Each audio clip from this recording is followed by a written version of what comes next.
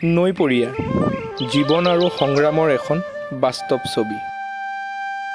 নিজকে মুখ্য বুলি প্ৰমাণ কৰা যুঁজখনৰ পৰা আঁতৰি এইখন জীৱন যুদ্ধৰ কিছুমান যুঁজাৰুৰ বাস্তৱ কাহিনী। সময় পালেই মটৰচাইকেলখন লৈ ওলাই যোৱাৰ এটা হেঁপাহ আছিল, কিন্তু নানা অজুহাতত সেয়া সম্ভৱ হৈ নুঠে। এতিয়া পিছে সময় বাগৰিছে, সেয়েহে আজি ওলাই আহিছোঁ নৈ পাৰলৈ বুলি।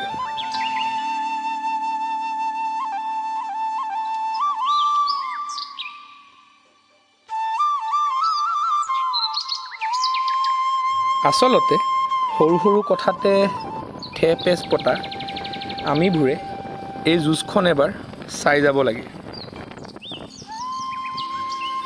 মোবাইলত নিজৰ ফেভাৰিট ৱেব ছিৰিজখন চাই নতুবা ছুইগি জমেট'ৰ পৰা খানা অৰ্ডাৰ কৰা আমিবোৰে হয়তো নুবুজিম এটা দিন পাৰ কৰিবলৈ কিমান যুঁজ দিব লগা হয়।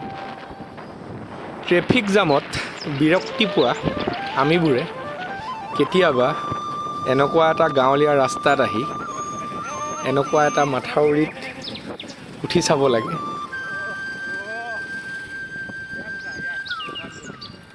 ভাৰত ভ্ৰমণৰ বাবে নহয়, ইয়াত গাঁও ভ্ৰমণৰ বাবে ওলাই আহিব লাগে। অলপ দূৰ গ'লেই এখন গাঁও সলনি হয়, আৰু লগতে সলনি হয় মানুহবোৰ, কথাবোৰ, থকাৰ নিয়মবোৰ। কিন্তু যুঁজখন একেই হৈ থাকে প্ৰকৃতিৰ লগত।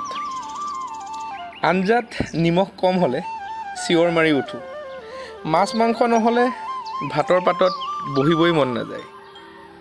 আমি হয়তো বুজিব নোৱাৰিম এমুঠি ভাতৰ বাবে কিমান যুঁজ দিব লগা হয়। শৰীৰৰ ওজন বাঢ়িছে, শকত হৈছোঁ, তাৰ বাবে জিম যাওঁ, তাত গৈ দৌৰোঁগৈ যাতে খোৱা খাদ্যখিনি হজম হয়। আৰু এইফালে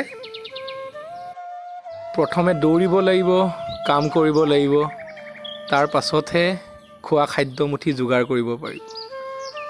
সাংঘাতিক জীৱন। আৰু তাতোতকৈ সাংঘাতিক এই নৈপৰীয়াসকল। কেতিয়াও জীৱন যুঁজত হাৰ নামানেই।